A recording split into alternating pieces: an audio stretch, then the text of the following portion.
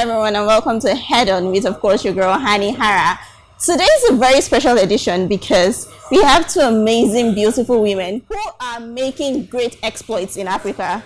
Let me just get straight to it and introduce them. First of all, I want to start with our African queen, Nikurai. Did I get that right? Yes. Okay. Nikurai Maton. Okay, Nikurai Maton. And then we have the one and only DeeKay Labron. The one and only thing. I don't know why you're acting quiet, because you're not quiet. It's so you business. She's being chilled, you know. These things you have to ease your way into it. So okay. gradually Okay. Ease your way into it. Anyways, guys, welcome to another edition of Head On, and as you can see, this is a special edition. We're about to bring you two beautiful, amazing ladies who are doing the most and having the time of their lives, and they just came to Jos. And of course, they've been sightseeing, going around, seeing how we having do a lot our of thing. media tours. Exactly. Of course, there's no media tour without stopping by for Head On, and that is why we are here. So we're going to start with this beautiful South African, by the way. Let's start with you. Who is DeeKay? Walai wahala. I'm kidding. Okay, DeeKay Labron is a lot. DeeKay Labron is a philanthropist. DeeKay Labron is a student, University of South Africa. I'm studying community development, one of my passions. DeeKay Labron is a TV presenter. She's an advocate for United Nations Sustainable Development Goals. DeeKay Labron is the founder and CEO of an organization called House of Labron Foundation down in South Africa, and a global speaker. Wow. Yes. A lot. Yes. She did say she is You a are lot. a lot of things. So what do you primarily do? I do a lot, like I said. But right now I'm focusing on building my organization, building a world-class organization that will be a catalyst for change to the youth across Africa. So what we do, we assist the disadvantaged schools to produce quality students that will be an asset to the communities of Africa and ultimately the world at large. Awesome. So Nikurai, I know you do a lot as well. Is this just about your hair that it just makes me so happy. Like genuine happiness. Just looking at you makes me happy. Oh my god, it is. It's almost like a curse and a blessing at the same time, because you're working like on the street or anywhere, like everyone is stopping and they're laughing, trying to look at you, trying to laugh at it. The other day, just yesterday, At the school, yes. Like all the kids were like playing soccer and they stopped. And they just kept saying Garimakwa or something, that word, and I got used to it over time, and yeah. But it's beautiful. I think it's absolutely gorgeous. It takes a bold woman with a different level of... Yes. Right. With a different level of confidence. Well, let me get to that. How long have you had this hair for? 2 years now. I cut my hair 2019. Okay. Yeah, it was just so hot at some point, and I was like going. There's no time to be making your hair. I mean, the money has to be made, the career has to be built, yeah, so that's it. All right. So let's talk about you. Who are you? What do you do? I am first a mother of an amazing daughter. She's about to graduate primary school tomorrow, and then I am happy. And also, I'm an actress, a model, a presenter, and pretty much a jack of all trades, because I do like business as well. Like when I'm not an actress or whatnot, like I take this off, I go into the market to do stuff, to buy stuff, sell stuff, just name it. So long as it's legal, it's me. We are there. Okay. So the both of you obviously have a lot in common. You're both presenters. Yes. All right. That's why we're able to connect. Yes. It goes down when they disconnect. No disconnect. No disconnect. That's why we are here. Okay. So how did you both meet? We met on an Ebony Live production. Okay. Yes.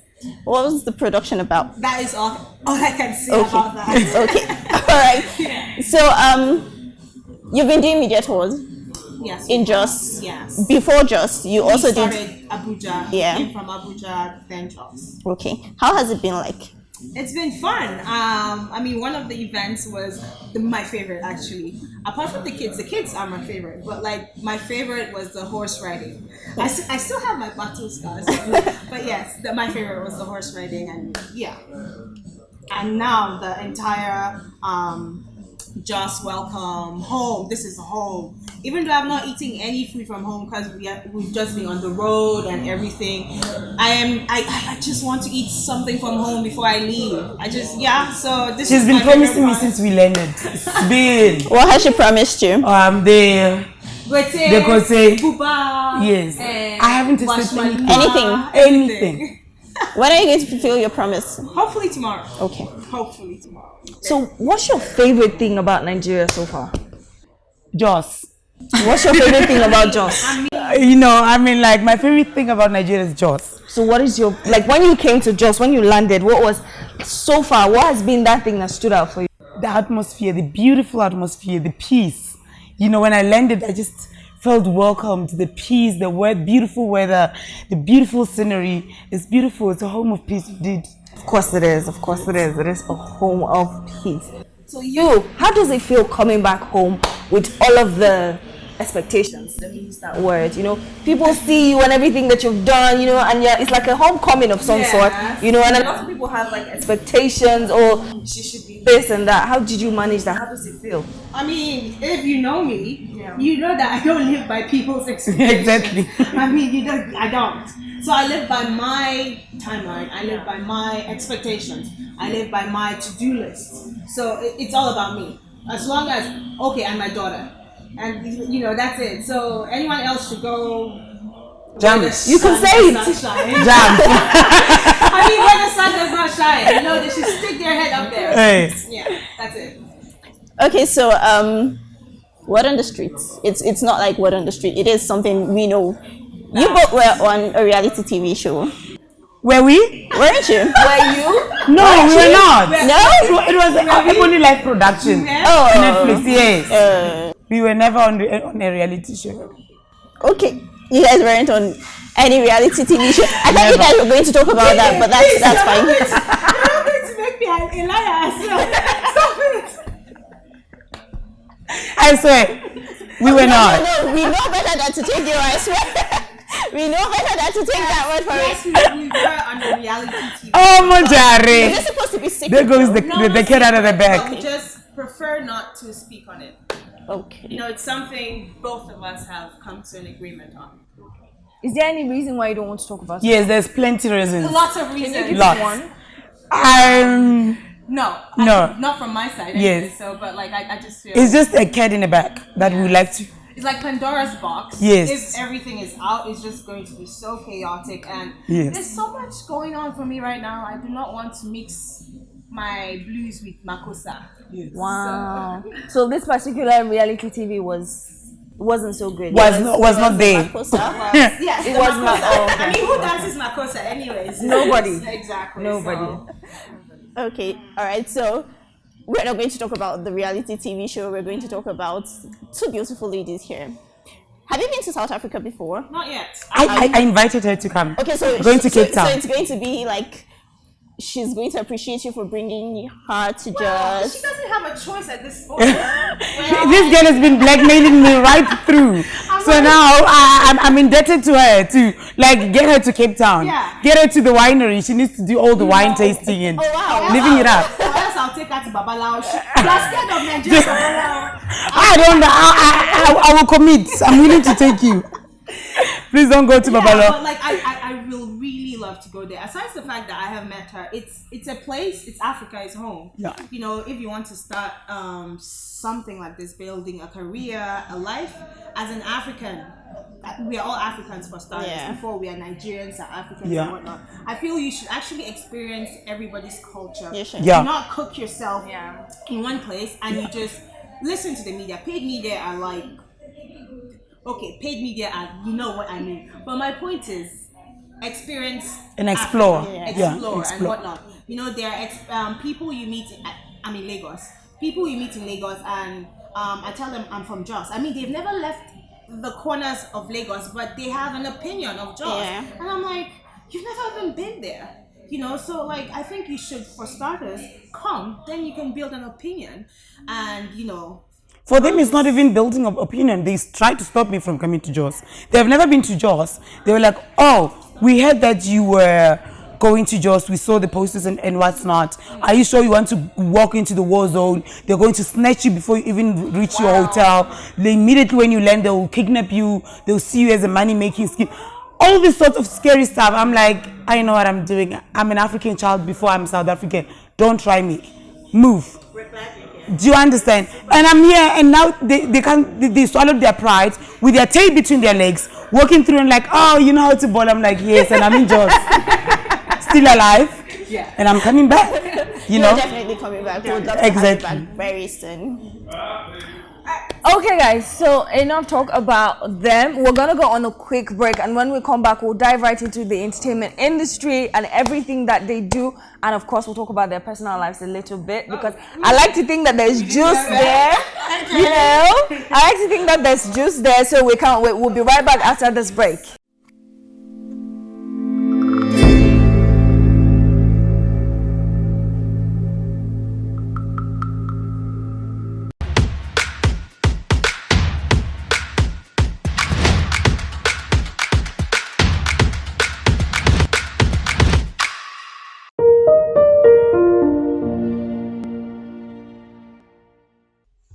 So we're back from that quick break, and right now we're getting to the juicy part.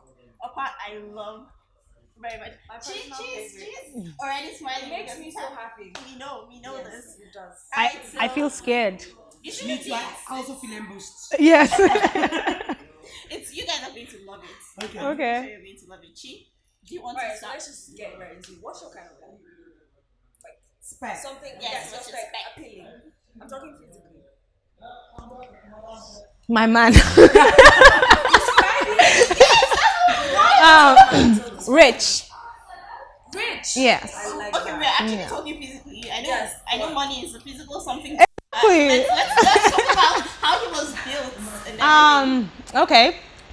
I like models myself, so like you have to have a good body. You know, you have to take care of yourself. The packs and all. Not necessarily packs. I prefer dad bodies, you know, but like not like the fat. Yeah, just be in good shape. You know, eat well, eat right, and yeah, at least taller than slightly or my height, thereabout. Yeah, and okay. Let me not just say the next thing. There are no censors here. You can say absolutely anything. No. It's fine. Like, just ask her next. So who is your kind of man? She's putting everything on me. Oh, what's my kind of... the way I've been so dry, I don't forget to. I'm kidding. I like them clean. You must smell good. You must smell good because the smell will just bring me closer. It's the smell alone. So you must smell good. Physically fit, of course, because you have to be fit for the deed. But there are some people that have what you might refer to as pot belly, but they're not necessarily No, you can't be chubby. fit. No, chubby? Yeah. No, I don't do chubby. Like, you get tired and you be... I don't like it. Yes. I get that. I like my men fit because I like touchy. I like to be comfortable around. I like snatching. I like cuddles. I like all the... You know, so... What is Okay, so DeeKay, how sexually active are you? Right now, I'm dead. I'm like below zero. I haven't been sexually active for like the past 6 years. I'm actually celibate. Call me celibate. Yeah.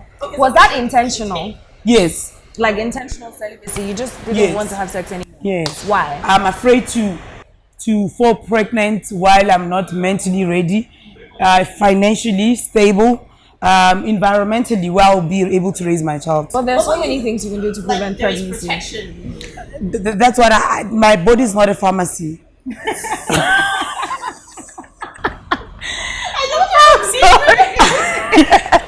I can't be. But they've introduced something. Sorry, they've introduced something back home in South Africa where men prevention. Yeah. They inject their balls, so they shoot blanks.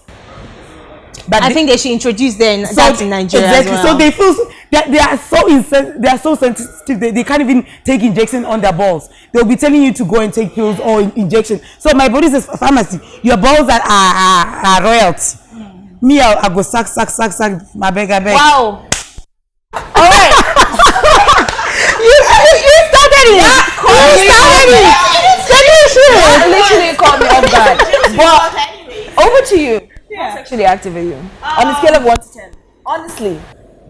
Me, Abiyama pastor. First, you have to understand that one first. That's it. Sometimes that's my answer. No, that's not that's not good. Well, it's been what? It's been almost 11 years. I mean, my daughter is almost 11. Yeah. Wait, hold on. Because we asked what your ideal man is, and you said you're My man. so technically there is a man. Yeah. So what you're telling me now is there's no sexual intercourse with Men is abroad. Besides that,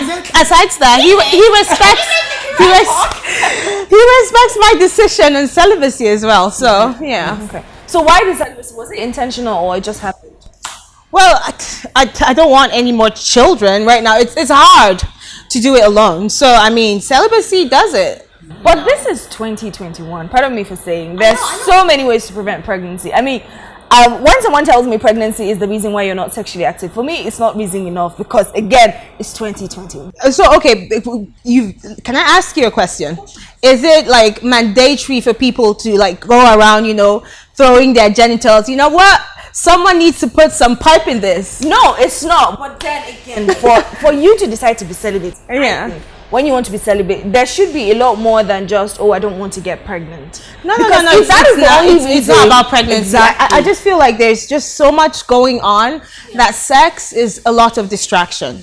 Like sex is spiritual. I'm a sexual being. I enjoy sex. Exactly. Yes. I mean, God created sex. This bang-bangs for them to bang. Exactly. Exactly. So I mean, like right now you're not banging them. Because there's time for everything. Right now it's not the time for you to bang. This is time to grind. When you feel like you're ready, your body's tired, and then you can't. Trust me, my mind, the mind controls the body. Yes. Whatever you set your mind to do, your body moves towards that. Okay. So and your man, are you single, DK? Yes, I am. You are. Yes. Single. Okay. Yeah. oh yeah. But you do have a man. Nikurai. Oh yes, I do. And he is totally okay with being celibate with you. Yeah. You are pretty certain he is celibate. What he does with his genitals is his problem. Exactly. What I do with my genitals Is is your problem. I am keeping it celibate. Yes. Okay, so now let me dwell a little on what you said. You Yeah. do not have a problem with your man cheating on you. No, I didn't say that. I'm just saying it's not my problem what he does with it. When I do find out, obviously, what's the name of the thing? Exclusivity is the key word in our relationship, and it does mean that we both will wait for each other for when we're ready for it to happen. So I mean, if he breaks that, I mean that relationship is gone. So the deal breaker in your relationship is cheating. yeah, I'm not from the school of thought that all men cheat. I mean, you're just a scum if you think that. So move. Let me see real men. Okay. Yeah. But do you think that cheating is only about what he does with his genitals? No, cheating starts from you just entertaining the thought, entertaining the other person that is possibly the person you're cheating with. The thoughts, just like I said, it's just entertaining the idea of other people. When you start feeling sneaky, when you start saying, let me delete this, you're cheating. Mm-hmm. You're cheating. So you need to check yourself. Okay, so with this, you have been faithful to your man for how long have you guys been together? Just about a year. So you've been faithful all Yeah. No sneaky. Well, I don't even have time for sneaky. If you've been to Lagos, you'd understand. I mean, there's no time for sneaky. That's why I'm even asking, because I have not been to Lagos. I don't have friends from Lagos. I don't talk to people in Lagos. Yeah. And then it just seems like it's one of those things in Lagos that people go around bumping genitals. People's People who are schedules. jobless and they don't have purpose and passion and hunger and drive. They go around bouncing in pequism. I'm all for being serious and purposeful. No, we can talk about all of that. The sex. We can talk about the sex. At the end of the day, practically speaking, this is me being honest. Yeah. Since we're a bunch of ladies and we just keep it real to each other. Practically speaking, you've been celibate for what? How many years now? 11. You think it's not practical? Wait, hold on. 11 years. So when you feel like bumping and grinding, because you're a human being, so that comes when you feel like bumping and grinding. All those times that maybe you're alone or there's something, how do you relieve yourself? Well, I have two. I have Mr. Harry and Mr. Mandingo. Hey! So they take care of So the deal. let's just So we're all communicating here. Mr. Harry Mr. What now? Mandingo. Mandingo. Yeah. In plain English, I know these are your names for them. Oh, it's not my names. These are literally the names that came with them. Oh. Yeah. So What do we mean? the dildos. Okay. So Mr. Harry is the white dildo. The white, yeah, and then Mr. Mandingo is the black one. The black man. I'm tempted to ask you which you prefer, but it's not necessary. It's really not. It's not necessary. Are you traumatized? You said you like it. She's the queen of this segment. Now she's running away. No. I'm tempted to ask which of them you like, but it's not necessary because I mean, think they both serve the same purpose. exactly, and it depends on the mood. It depends on the mood as It well. depends on the mood. So how do you cool off? Me? Celebrate for 6 years, so how to come up. Yes, I like a physical cock. I don't like Mr. Harry and Mandingo. I'm a very physical, I like flesh. Okay. I'm a very physical person. I like touching. Okay. I like my tools packed and ready to work and I yes. Bang, bang, bang, bang. So yeah, I like a physical cock. So you've been celebrating those times where you just feel like someone should touch you. My goodness, like I feel like crying. I have a huge teddy bear that sleeps with me. I'll just like, and then that's it. You really don't But- do nothing. I'm still looking. I'll get someone to keep me warm and so I can explore. They call me DeeKay the Explorer. I think I'm going to leave our room. As in, you're not going to sleep in my room again. Like, A quick question. Yeah. Okay, let me start with you. Have you been through your whole stage? And almost everybody has that stage. What where they stage? Go around. Oh yes. a horror stage. Oh, the adolescent stage. Yeah. With No, me- no. Like your prostitute stage, your shower She said it stage. literally. Yes, like Yeah. it's like Your horror adolescent stage. No. Your We horror call it. stage. That's how we call it. Let's Like understand her. Probably in some yes, ways that's what yes. So That's how we call it, adolescent stage, whereby you just sleep around, like from jumping from one boy to another, you're day to done day. with it. You're done With me, I was born ready. Oh. At the age of 9, already I was dreaming of having an organization. How am I gonna move away from this? I did not want my life to be like my mother's and my grandmother, where we just get married and then that's it. So I saw it before it happened. I was always an exclusive child. I started dating when I was 21. I was right by the book, everything. So I had my 21st birthday. They gave me the key. My mom, this is the key to you to start dating and sleeping around. Oh, wow. That's the culture that we do. When you get to 21, they throw you a party where they invite everyone. They officially like allow you to have a boyfriend. They're not saying go get pregnant, just have a boyfriend, explore. You are ready for marriage. You can go look around and find yourself a husband. So I have my key. Then that's when I started dating for almost 4 or 5 years. My deal breaker is lying and cheating. Then I move. Since that relationship, I've been celibate. So you never had a horror I stage? have one ex in the whole world. There's no guy who can stand up and claim me and say, no, it's me again. So you never had a horse. Wow. No. Like, I think it's all in our heads. Yeah. Like when we reach there, with me, I was like woke and waiting for the adolescent stage like this. I'm like, I want to see myself training and being a washao. Is this a washao? I was waiting. It did not happen. Because like I've always had a different view of everything. And that's why I go to schools and I tell young girls that it's not that when you are 14 and 15 and you start puberty, then you start, getting tickles and you feel like you can run around. I also have tickles, But like it doesn't mean you have tickles down there, and it means you have to go and get Harry and Mandingo to help you cool down the Wow. tickles. Wow. I know. Wow. I'm talking about the young girls, of course, not I mean, I have a daughter. What do you think? You could have been married. No. I was never married. I've never been married. almost got married anyways, but never been married. But yes, I've been through my horse stage.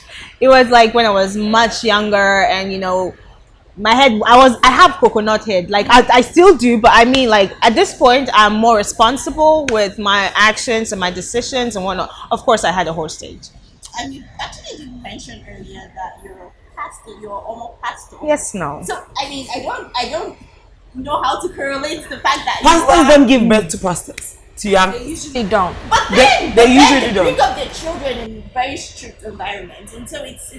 I think that is one of the reasons that drives them to away, even yeah. go. So is that what? Well, I've always been me. Like I've always been this person that I wanted to know. I was there. I didn't want to sit down and be told this is it. I'd be like, okay, what about where happens this way? Or I ask questions. I challenge people. I challenge authorities. It's been hard for me. Like I pay a lot of consequences doing that, but it has never stopped me. So I feel like at some point I'm like, everyone kept saying, don't sleep with men, don't sleep with men. I'm like, let me even tell you how the horse phase started. Like I have been a basketball player. I played basketball. I did shot put as well. I was really good with these things, and then I was really invested in these things. I wanted to do these things professionally, basketball especially. And then it was always like people in the society always kept saying she's following men, she's following boys, but I'm like, no one else plays basketball in this community but boys. Obviously there will be boys there.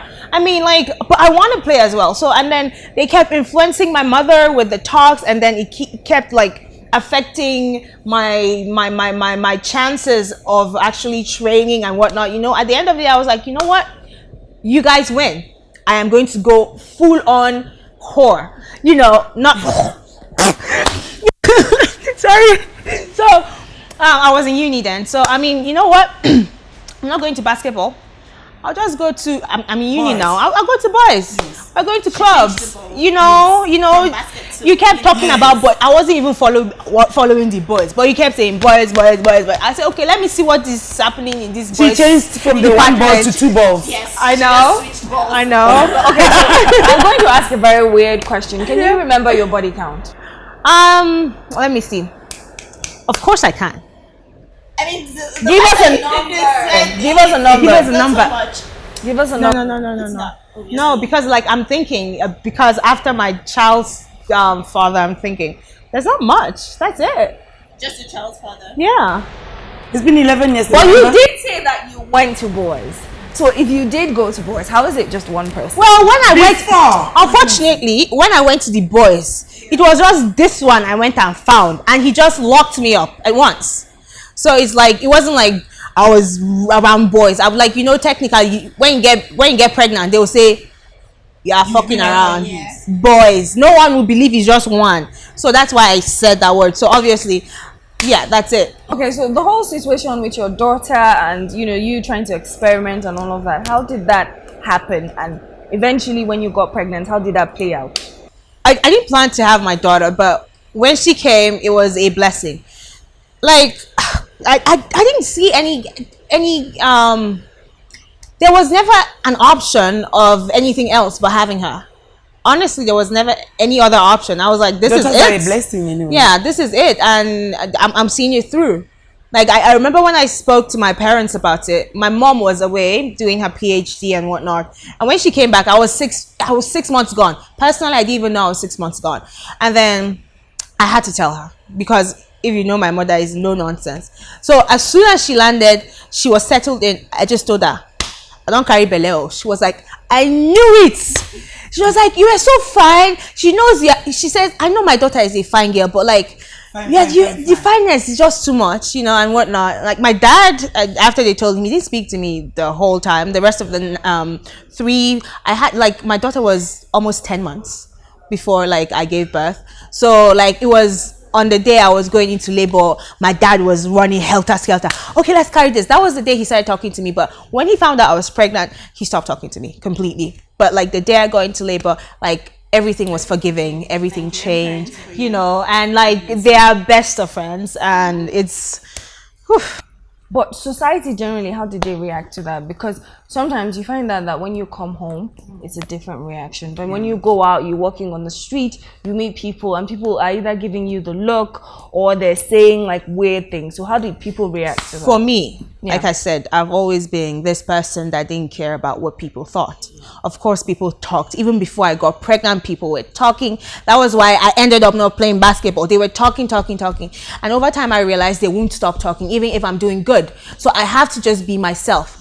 See, as soon as I told my family and they were okay, my brothers, everybody was hurt. You know, they expected and wanted better for me or different for me. But as soon as I realized my family, this is what they thought, they still loved me, and everyone's opinion didn't count. I didn't care about anyone else. My family was all I had, and they had my back as well. You can go to hell, the rest of you. Alright, so DeeKay, Hello. this question is specifically for you. Pardon? It's specifically okay. for you. Have you ever tried women? No. Why? Like I said, I like my cock alive and She said she hasn't. I know. It's the cassava or nothing. Yes, it's the cassava or nothing. You don't with two garden I eggs. mean, you said they call you DeeKay With the 2 Explorer. garden eggs? Yes. You said they call you DeeKay the Explorer. You don't want to experiment that. You don't want to try. Explain why they call you DeeKay the Explorer. The thing is, okay, like I've never been in a relationship, but I've been, pursued and asked out on a date. I like to like find out, like I like to get to know you. I like it. So would go out for dinner and everything. My friend would tell me all the time, DeeKay, it's just the first date. It's the first dinner. Just eat, drink, have good conversation, get to know the dude. And if he's a take or is a douchebag. If it's a douchebag, move. If he's a good guy, explore. But DeeKay the Explorer in me will come out and embarrass the DeeKay the church girl in me. So we will be going in a conversation. When we have good food, good drink, there I am, checking the tools, how they are. I'm very touchy naturally. I like touching. So if I'm comfortable around you, I don't do it around everybody. If I'm comfortable around you, if you're giving me good vibes and I enjoy my food, I enjoy the ambience and the conversation, I will check if the tools are working. How has that worked for you? Has every guy you tried to disassemble? Guys are like low-key prostitutes. Yes, they like, are. They're bigger prostitutes, not low. Exactly. They're bigger prostitutes. They'll be like, oh, come and rape me. Do you understand? Like they are low-key. They're like, you women, when you get raped, you cry. Me, I would appreciate getting raped every day. So like they like it. They'll be like, go deeper. Amen. But a lot of men, no, there are a lot of men who feel it's not. Like a lot of men have been sexually harassed or assaulted. Yes, there are others who take offense, but the active ones, the sexually active ones, even the they sexually like it. active ones, they It like depends where consent. it comes from. Like like maybe consent if as well. it's someone who is. So you've actually not met the one who told you, "No, I don't want this." No, I've met the ones in the village where they are like traumatized by me touching them. They'll be like, what's going on? Like this girl, this city girl. I'm like, well, calm down. Call you back again. I'm like, calm down. I'm just checking. I'll just greet them and be like, how are you? Are they still working? They're like, I'm like, calm down. I'm not raping you. I was just checking if the tools are. No. Blood is still running. You should ask for permission before you do that next time. One day I'll get the wrong one. Before trying to explore, they will kick my ass. Yeah, so we should. I think I've grown out of this. I think that was my adolescent stage. That was my Horse face. Yes. But then By unfortunately, touching. it did not graduate to anything. It was just the It touching. did not. I try to be very careful with everything. I don't like mistakes that I will not be able to undo them. Like I'm very particular with my actions. If I were to make a decision, I will first explore the advantages and disadvantages. If the disadvantages, I will not be able to stand for them, I will not take that decision or make that decision. So I'm very particular with everything that I do because I don't want to make mistakes. And I want to prove to people that it is possible to lead a good life. It is possible to lead a life without the washu, the wahole. Is it? Whole face. Whole face, yes. Yeah. It's possible. So I wanted to one day be able to stand in front of the young people in different schools like I do and say, me, I'm from there and I'm here and nobody helped me. That's why I want to build my organization on my own, because I want to carefully lay down the foundation of my organization according to the vision that I have, without including a person from outside who will dilute my vision and make a completely different thing. So I want to make my own decisions, build it on based on the vision that I have, and I'll be able to stand in front of people and say, it is me. I've done it. It's me, and it's success. So yeah. Okay. DeeKay So explore. I'm curious. While she was answering the question, I was thinking. You said the way you cool off is with. I'm sorry. Can you? You are always remind like us of their names? Yeah, we are here. You are here. We are always like. That's what I do. You understand? Like this game is. Yes, there is something you left. Like this game is You left on something. I don't know. Sexually acclaimed. She is curious. I think she's more curious than she seems innocent, even though we should not look at them by the face, but she seems like she wants to know. Nikurai, we're still going to ask this question, so just let her ask it. I think you should be a sex doctor. I think Are you sure? Are you I sending don't think I towards have that? enough experience. You should to do send it that. to us that be a sex No, doctor. but I don't have where you enough give people advice on experience to do sex that. and have You a have sex to talk. know to give advice. You cannot give advice based on what you don't. Start now. Experience now. Start now. Okay, so the question I have here. Sorry, remind me of their names again. Harry and Mandingo. Harry and Mandingo. Exactly. Harry and Mandingo. Yes. Okay. I have like a mental picture, but that's not important. So you have them to keep you company on those times, yeah? Now, and you're dating someone who is abroad, yeah? If I'm not mistaken. So there are people that don't generally like toys. He bought them for me. Oh, okay. But I'm saying, how does he cool off? I mean, The sex phone. He does cool off. So how does he cool off? You cool off by just, you have exactly everything. There are sex toys for men as well. They're the pocket pussies and and stuff like that. And also there are like video calls and videos. In the video Special events around special videos like Valentine's, birthdays, moody days. Every day. So But during the video have to know calls, how to what keep it. happens? For a video call to work. I think you have to know each other. First of all, I feel sex happens when you're both comfortable with each other, whether physically or virtually. When you're comfortable with each other, you don't have to just go with the flow. Yeah. Go with the flow. But before you guys get to the point of even indulging in sex, I guess you'd have told each other or known what each of you want in sex, or your preferences and whatnot. Some people are they love the BDSM, the force. Some people like her, they like all touchy. So a combination of both is actually the best, which is like me. I was going to ask that, but I'm glad she has answered it. So you do BDSM? No, I didn't say I did. A combination. A combination of this and a little bit of that. Yes. So when BDSM is not necessarily the bondaging and whatnot, it could be something just more than the conventional missionary or the conventional slow and R. Kelly kind of smooth music. No, some of them have to be foreplay. You can be the cop and police and thief and whatnot. For ideas of what BDSM is. Yeah, there's usually a domineering. The whole idea of BDSM, it means bondage, dominance, submission, and masters something, some sadistic stuff. So that's what it's literally sadistic. It's literally no. I'm saying literally the BDSM, Mr. Grey. Not that bad. Yes. I'm saying if you Google it, it's literally termed sadistic. Then, it doesn't necessarily mean bad, but it is some sadistic shit. When you go to the core BDSM, it's sadistic. So the other word I cannot pronounce technically means sadistic. the M that is in BDSM is so I think the dominance and submission part is what usually works for me. So some days I'm the one wearing the pants, other days he's the one wearing the pants.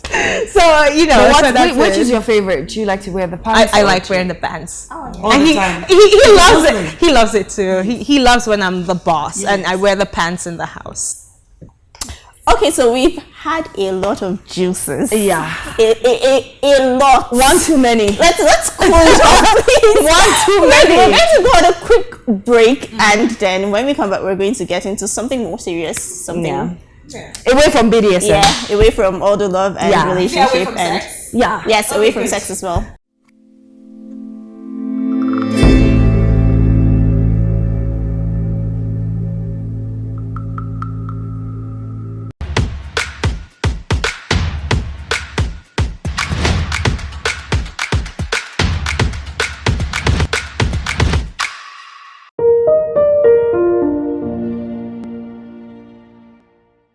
Alright guys, welcome back from that break, and of course we are still talking to the beautiful, gorgeous, delectable, takeaway looking ladies who happen to be business women. So now we're gonna shift from all the sexual BDSM conversation to something a little bit more serious, to show that we're not just about all that, we're serious business people here. So what is House of LeBron? House of LeBron is my baby. I'm very overprotective and oversensitive about it. I've built it myself from the ground up. No team, no whatsoever. I've built it myself. I've been the secretary of House of LeBron, I've been the CEO, the errand girl, the everything, all in one. That I was so effective that I felt like I was a team on my own. House of LeBron is an NGO, an organization based in South Africa that is a catalyst for change to the youth across Africa. We are working with different schools from disadvantaged communities. We are following the legacy of Nelson Mandela. Every child has a right to free and quality education. So in that way, we are assisting disadvantaged schools to produce quality students that will be an asset to the community, the society. By so doing, we go to different schools, we host empowerment events, we bring in motivational speakers, we bring in influential people, we bring in different universities to come cover the career guidance, because we are from the Black community.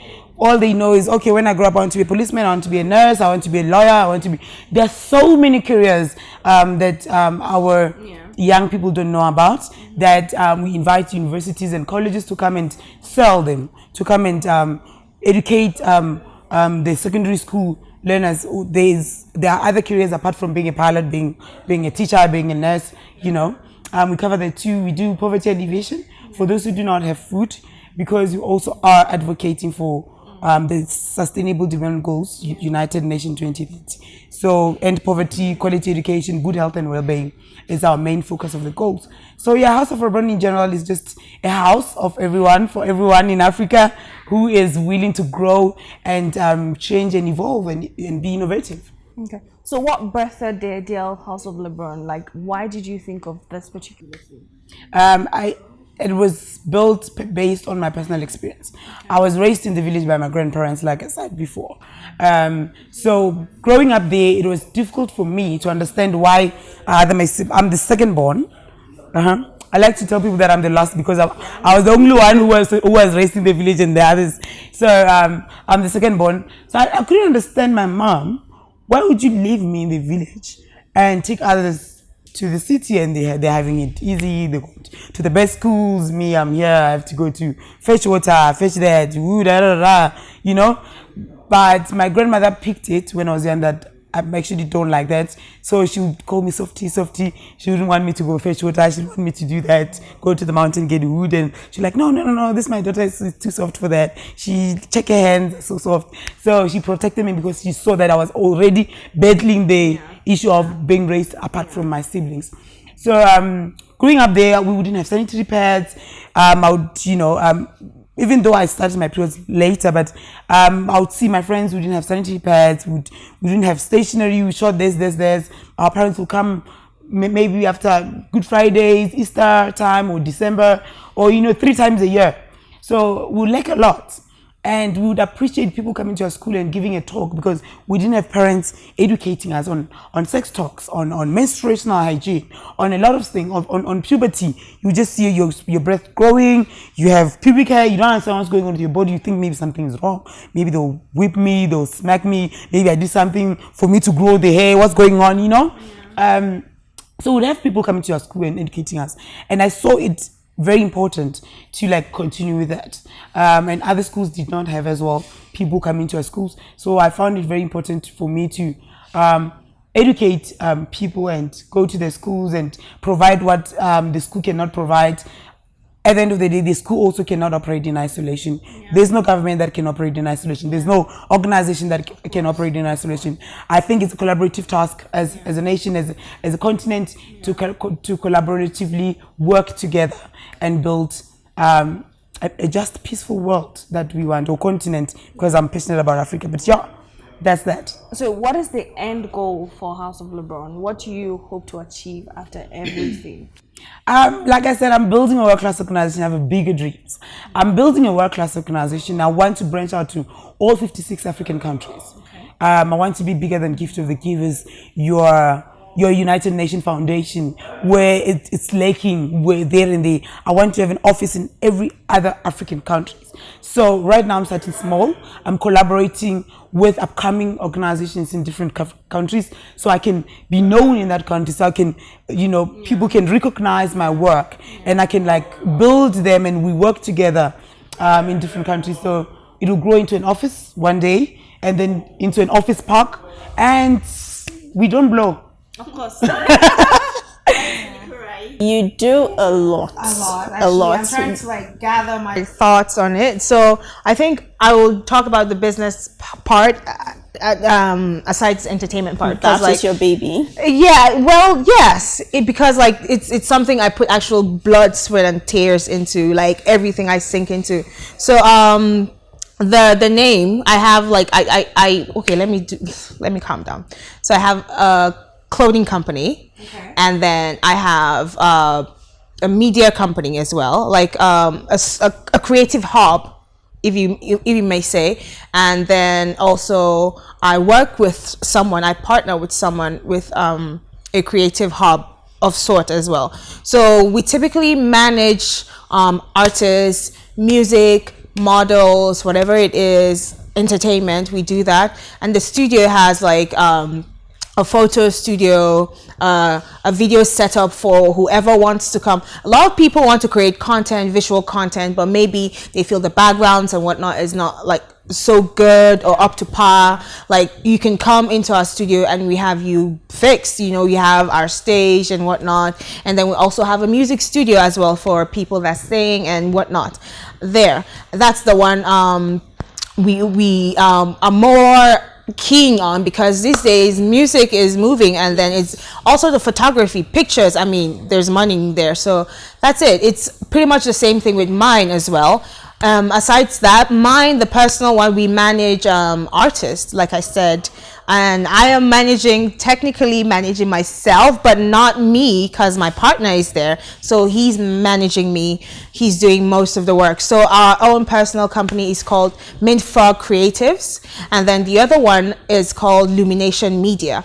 So that's for the media aspect, and then the actual groundwork thing for the clothing company. I don't do most of the tailoring and whatnot, but I am still good with that. But like we do men clothing, suits, women clothing, costumes as well. If you've seen my pictures or whatnot, my company made that. The name of the company so far is called Caveman Wore It, and Caveman Wore It was derived from my surname, which is Maton, and it technically means cave. Right, so I thought to myself, you know what, this should be like a cave of creativity, a cave of ideas and money making ventures. So yes, we hope to actually expand beyond just clothing and whatnot. We could go into real estate, transport, logistics, whatever it is. But yes, it came from that name. So also the other part of the Caveman Wore It is the part where we do errands. I run errands. I go to the market for people that want to do their business. A lot of people in Jos here, like they have businesses they want to run, but half the time they're either scared to go to Lagos or they might not have sufficient funds to travel themselves out there. So they send me money. They send me the lists and whatnot, and I go to the market for them at a fee, of course. So my fee is technically like 10% of whatever you're buying. So that's my labor. So I would go bargain the best prices for you, and you know, I'll get that. I'm technically the middleman for everything. The other day I delivered trucks for people who needed trucks for transporting food from Lagos to Kano or different places. I do that. Like, I am a middleman for anything, importer, exporter, everything legal. As long as it has money with. Yes, and it's legal. So I try to, I'm open. I'm not closing myself to say this is just the only thing I'm doing. You know, I am doing so much more. And yeah, I'm here. But do you think it's I won't use the word advisable for lack of a better word. Yeah. Do you think it's advisable to be involved in so many things? When you're hungry, you would understand it. No, because my question is, a lot of times your attention cannot be equally distributed. Do you understand? And there is a way that your attention naturally goes to what you're more interested in, and it has a way of making other things suffer. So most times it's easier when you're focused on one thing. So the question is, do you think it is advisable to focus on a lot of things, and how do you do it if it's something that you think is doable? Okay, so my advice is you should do what works for you. Yeah. If you are good with just focusing on one thing at a time, you should build on that. Build on it. I think I am blessed to have some sort of strength in multitasking or trying to do different things at the same time, which will bring multiple income for me. Yeah. So I'm one man, and I have a child, right? So, and I have bills. I have bills coming in either ways every day. So I need to get the bag. Yes. So one stream of income is not going to be sustainable, especially in the current Nigeria we are in. So, I mean, I have a strength in multitasking. I am going to monetize it, and I have been doing that so far. How long have you been doing this? I think since I was 17. I did a boarding school, so I've been a hustler since 11. So from JS1 I've been on my own. So I learned to survive. You know, you have to survive. So I learned from there, and then, you know, after school I started, my first business was with Federico Mahora. You know, I don't know if you know of it. It was way back. They're perfumes. So they're like distribution. You buy them at a wholesale price, and then you sell them at retail prices. So I was a distributor, and I was making good money. Oh, I forgot, my first job wasn't that. My first income, it was a modeling, ushering job with Multina Dance Hall and Peak Talent Show. That was 2008. Yeah, thereabouts. So like, I made good money. I was like, you know what, I need more gigs to usher and whatnot. And then I gathered funds from there. Then I started Federico Mahora, and then from Federico Mahora I did Edmark as well. So I mean, like, I have always been trying to find different ways to make good money, you know. And I'm on social media half the time. Any opportunity I see, I just DM the person. I got it, even though I don't. So I'd be like, if they give me, I'm like, okay, do you know what, I'll go and find it. I'll go and post it on my status, or I'll ask people that I know that around that, and they'll do it. So I'll be like, okay, this is it, how much are you giving it, how much? Okay, I'll tell them. Obviously I'll put my own money on top. That's how you do it. Like, half the time I'm not even going outside to get my gigs. It's on my phone, on my social media, on people's status. I'm watching. Like, people think I'm not what I am. So if you see me on my phone, I'm making money. I am not trying to talk to anybody saying hi there, hello. Like, are you giving me money? Or are you giving me opportunity to make money? So make use of every opportunity you have. It doesn't necessarily mean you have money to put into it. Like, you can start from nothing. Just like I say, you see an opportunity, DM the person straight up. You always find someone, yes, to provide that service or product for that person. Yes, even if it means for me to go to the market myself to do it, I will do it. And that has been what it is. That's when I'm not on screen shooting movie or presenting or whatnot. This is what I do. So would you say, again, like, you're putting this business you, the hustling you, above the actress, above the presenter, because that's what pays the bills. So acting and presenting doesn't quite do it for you? Not yet. We all know you have to grow. even from when I started the business, I didn't have that kind of money. It wasn't giving me, people wouldn't even trust me with their money, you know. So like, you have to build from somewhere, and I have finished building from my business aspect, and I feel I am strong enough to, okay, now focus on the modeling and the presenting and whatnot, because the other things I have built and yes are in place, and then they are making me money enough for me to be going for free jobs, to be going for free gigs that sometimes might pay small money that will only cover your transportation. Like, you just keep going. Just like yesterday I said on JFM on the radio, it's not about money. If it was about money, I wouldn't be here. I met Lord's Entertainment because I agreed to do a free job, and I have a family. Like, I met there were a lot of popular faces as at the time of the audition, and when we came back, when I didn't even say, like, it was a private yes, so I didn't know that others had declined. I was like, yeah, of course, definitely, I'm home, I'm not doing anything, engage my time, engage my space. I didn't want to be idle, so I went about it. So in this industry, entertainment industry, if you're all about money, nobody will even look at you. You have to make you have to stamp your name in that industry. You have to make your name known. You have to make your face known before people are even comfortable, or even you be able to bargain your kind of fee and whatnot. Do free gigs.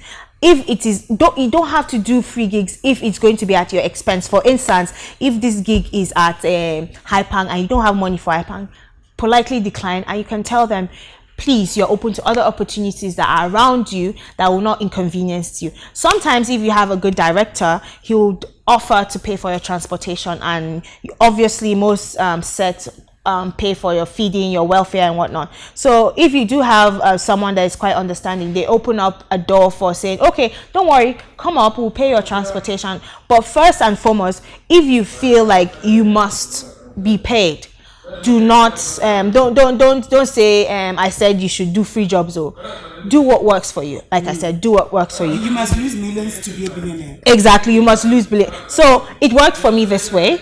I'm sharing my experience. It has worked for me. So maybe if you work, you apply it in your life, it might work for you as well, I think. Yeah. All right, so DeeKay, you're also a presenter. Yes. What she's saying about the entertainment being all passion and very little pay, is it the same thing in South Africa as a presenter? Yes, even right now they have an ongoing campaign of open up the industry, because even the Nigerian media market is bigger than our own in Nigeria.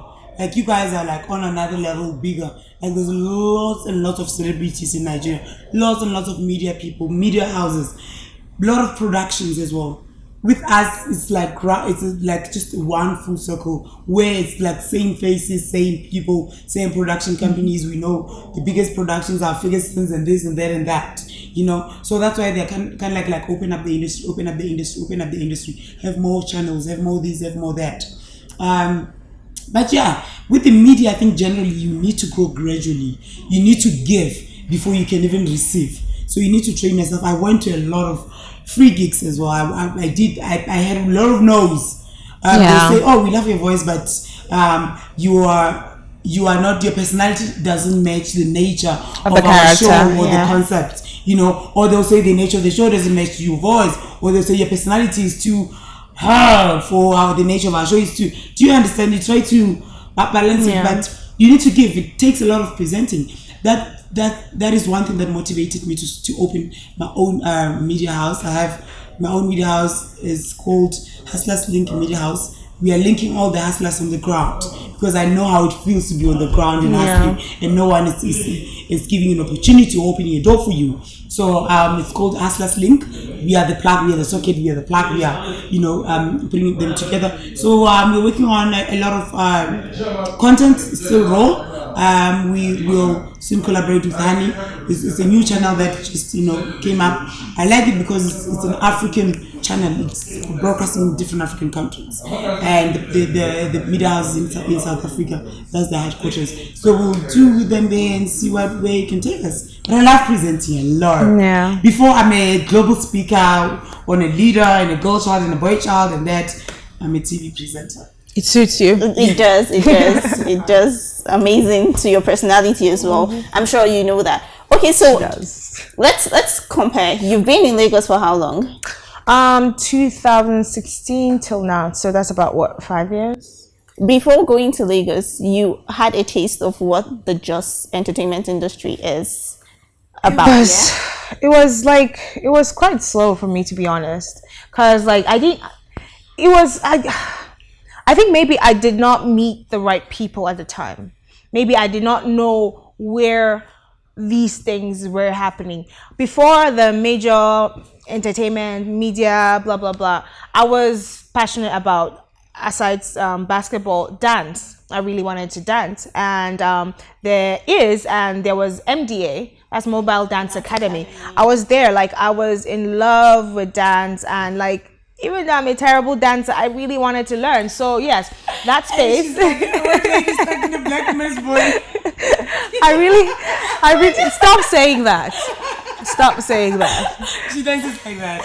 So, but like, that was all of the entertainment I knew at the time, and it was really good, right? And there was Crump. They're still doing it. You know, salsa. MDA is just the greatest. I mean, Carl James. He has done so much to Jos and in Jos with dance and whatnot. So that was the beginning of my entertainment journey. Before I thought, okay, let me go into the other aspects I was good on. I was younger. I wouldn't say that was entertainment when you do like church choir and church drama and whatnot. I feel maybe that was the beginning, but it wasn't something that I was invested in. I'm like saying this is a career. It was like, this is lifestyle, this is home, this is what everyone was doing around me, so I was doing it as well. So, but like, yeah, I decided to filter in till I found what I'm comfortable in, what I'm good with, and my strength. So I'm building on that.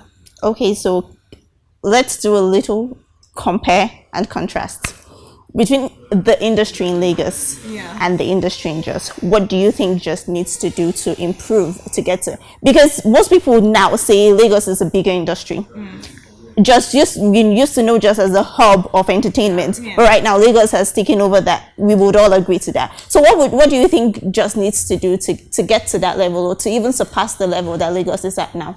Okay, so for starters, Lagos is the biggest economy in the whole of West Africa.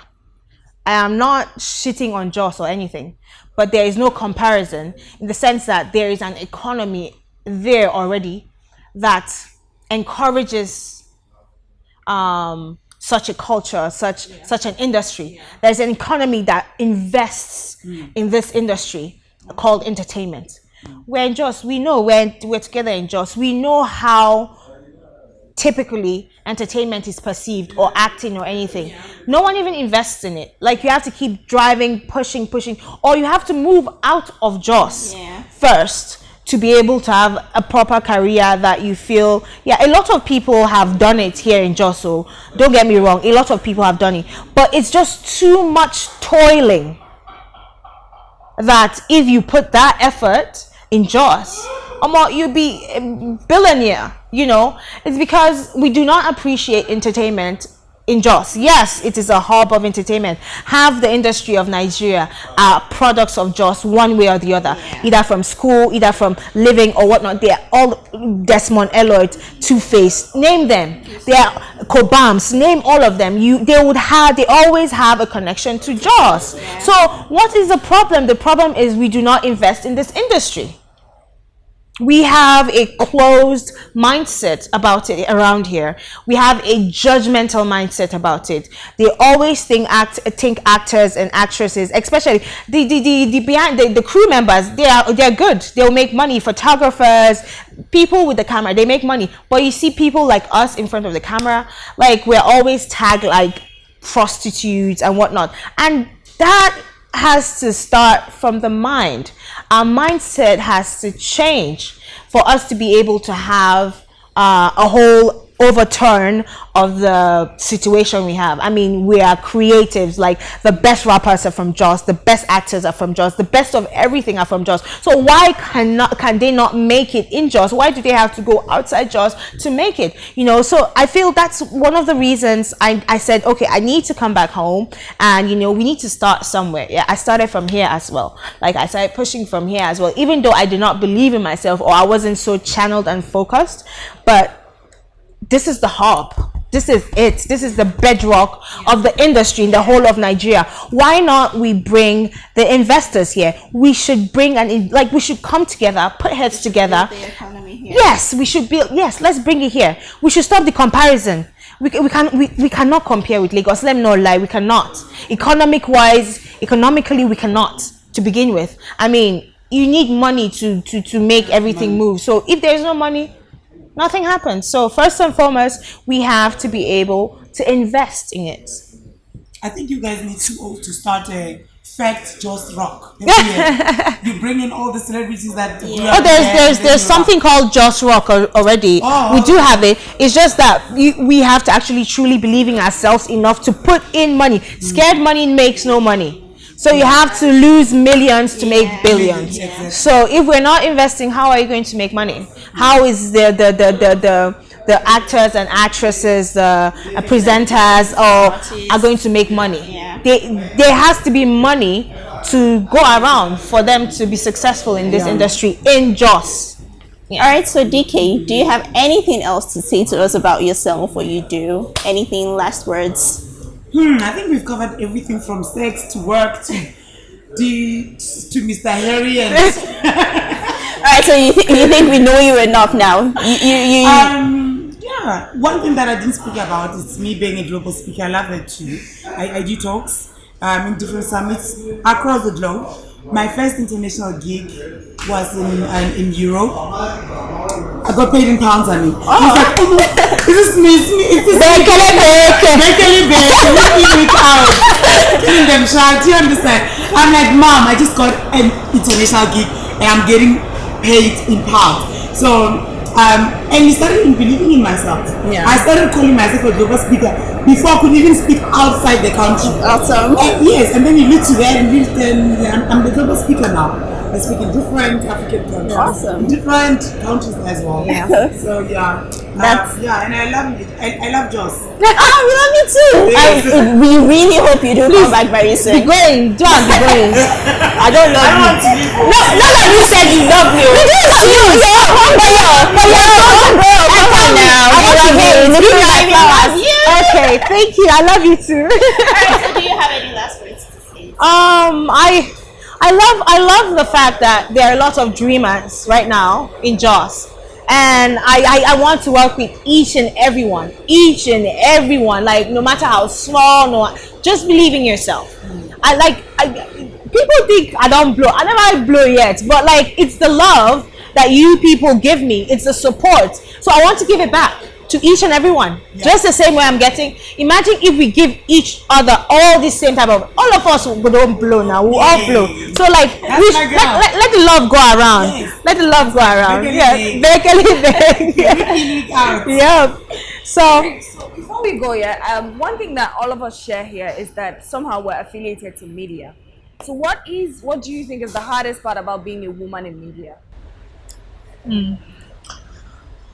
I think for me, if I can say, it's a dog eat dog man. It's a dog eat dog man's world. Yeah. If I can put it that way, it's male dominated. Yeah. Where they feel like men can do better than women, and as we are being used as sex objects, or they use you just to come and look good and be there. You know, use it as a trophy. Yeah. While they collect all the money, but they don't understand that we are the ones who are running this. Yes. You understand? So it's the survival of the fittest. You have to fight. yes, you have to just fight. The hardest thing is that it's male dominated, and they feel like we are too weak.